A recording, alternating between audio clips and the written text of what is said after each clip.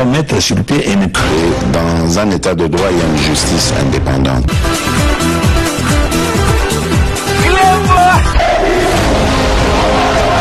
Ce n'est pas pour rien qu'il faut des conseils.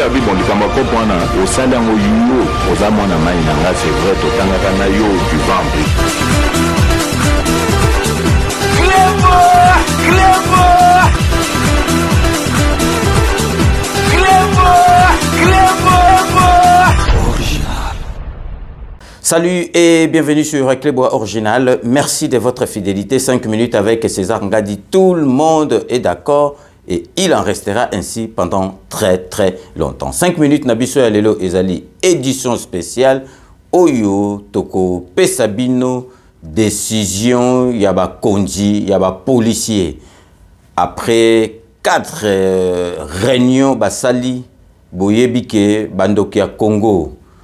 Ba candidat oyo basalaki présidentiel ba zali koluka mbilinga bomona wapi match na nécessité bino ba joueur bozo quitter terrain match na nécessité faut bozila arbitre siffle pré mais bango match na nécessité balingi ba quitter terrain bino mo bozo mona transparence au CENI azali ko sala pour la première fois compilation azali ko salama en direct. Donc, candidat na candidat ozali koyeba na ville azwaki combien, na province azwaki combien. Donc, mutu moko kuta koko ya sus na masolo te ke o vérité des urnes. Ezalité. O ya ko meka vérité des urnes de tolobaki il faut peuple congolais lingi ba jete ba kolanda ye tinanda kunaye alia frappe. Parce que tozo mona biso surtout au président de la République tozo mona ke vraiment presque ba province nyoso tout azali kozwa tomoni na mboka moko na Katanga Katumbi azui tondimi yango tolobi eloko te mais bomoni na diaspora ba votaka toujours na opposition ba voter président de la République tomoni pe na Kisasa awa ba voter président de la République tomoni na Tchango Oyo Fayu la bête la Katolo, président de la République a gagné. Donc tozali komona nyoso tout.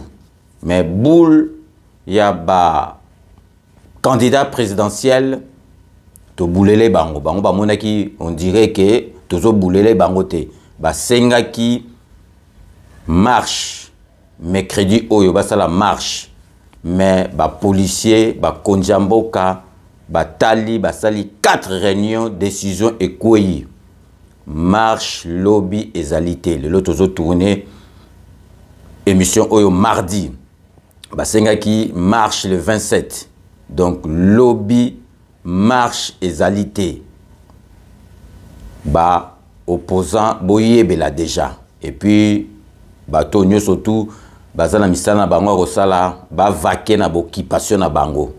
Mi beko ekweyi lobby mercredi marche ezate.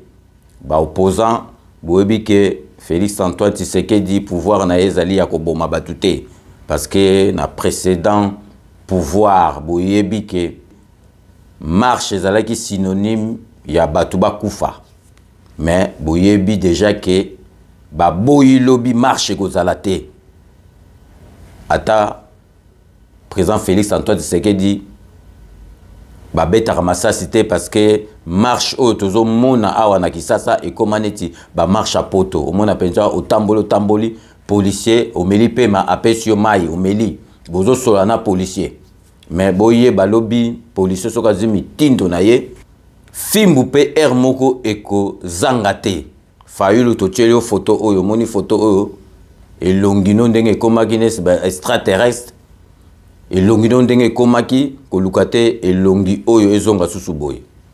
Donc tozo répéter les bino marche oyo ba candidat présidentiel oyo bazaki na boula mabe basala lobby batimbeli bango ke parce que boule na bango zalaki ke ba kosala yango après ba tumbola ba policier et pe sa mobulu à les communautés internationales mona ke ba candidat présidentiel bazali contre yango pe tozo comprendre te contre oyo bozali bo protester to zomo nango te seni ezako lakisa biso ndenge bomoni Donc ils ont l'accès biso vraiment compilation zo salama. Donc ba vote ezako ya en direct. Tozali ko mona yango. Et loko bino bosenga bo posant ezali ke résultat ezala bureau par bureau. Yango ana seni azo sala. Seni a respecté les 20 aux élections ezalate. À ça l'élection kadima na bato azo sala makamu nyo surtout kambo seni a kadima ezo sala nano esalamate na mboka na biso. Sikoyo na ebite bo posant ndenge na salaki émission moko eloko bolingi to ebite mais boule na bino ezalaki lobi bo sala marche allez et puis ça trouble bobim ça trouble allez pour communauté internationale mona ke basali bino soki ndenge nini boyo kalisusu lobby marche eza interdite marche ezalité mibeko ekwei naza kotikela bino botala bino moko mokonja ba policier ou azali représentant na ville à Kinshasa azali ko benda matoi a pesi communiqué. Restez connectés sur Clébois Original, on revient tout de suite. Je l'ai dit à l'instant, il n'y a pas de marche demain à Kinshasa. Le Conseil provincial de sécurité vient de se réunir avec le commandant des grandes unités de la police nationale congolaise. Pour plus de précisions, je vous propose d'écouter le commissaire provincial Blaise Kilimbalimba. Il y a un groupe des personnes qui étaient candidats à la présidentielle, qui a demandé ou sollicité une marche ce mercredi 27 décembre 2023. Tel que vous l'avez constaté, nous venons de 4 réunions. Et la dernière, celle du gouverneur de province, il vient d'interdire toute manifestation dans la ville de Kinshasa pour des raisons sécuritaires. Et peu avant, l'autorité ayant la charge de la sécurité nationale s'est prononcée aussi à ce sujet, et ceci concernait toutes les provinces de la République. Donc demain, il n'y a aucune manifestation autorisée. Et nous profitons de l'occasion pour demander à toutes Kinoises et à tout Kinois de vaquer librement à ses occupations. Il n'y a pas de marche dans la ville de Kinshasa pour des raisons sécuritaires selon l'autorité provinciale. Il n'y aura pas ceux qui auront dérogé à la règle, c'est pourquoi nous venons de communiquer. Nous venons de donner la décision de l'autorité politico-administrative et c'est ce que nous allons prendre des dispositions pour que cela soit respecté. Binomo boito landa mokonja ba policier a lobby yango clair et net. Bato bayoki malamu te batu lobby o bakendaka misala o basala makambo na bango bo vaquer na ba occupation na bino tranquillement parce que lobby mi beko ekwei marche oyo ba candidat o basala ki présentiel ba sengaki lobby basala soki ba protester po na ba résultat o tozo mona ke mokili mobimbe ezali kondima toyebite eloko nini balingaki kosala me boule na bango pa pour des raisons sécuritaires ba mikonjamboka après 4 réunions marche wana ekozalate.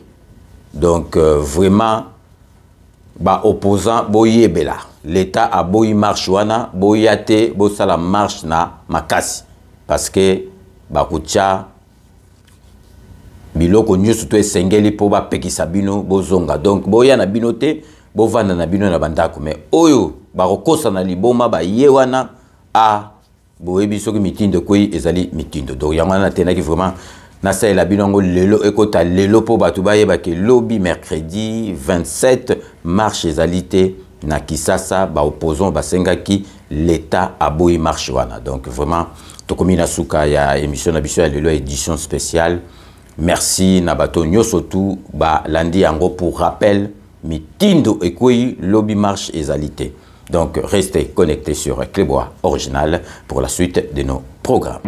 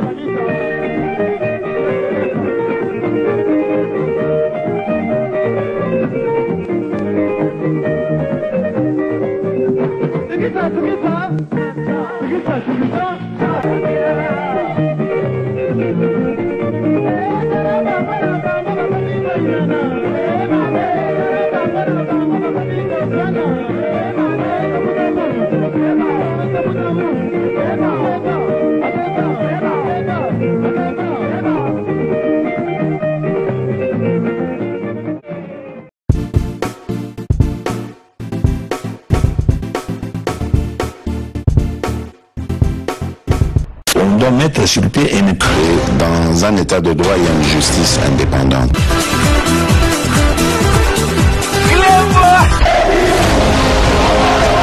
Ce n'est pas pour rien qu'il faut découvrir. C'est vrai,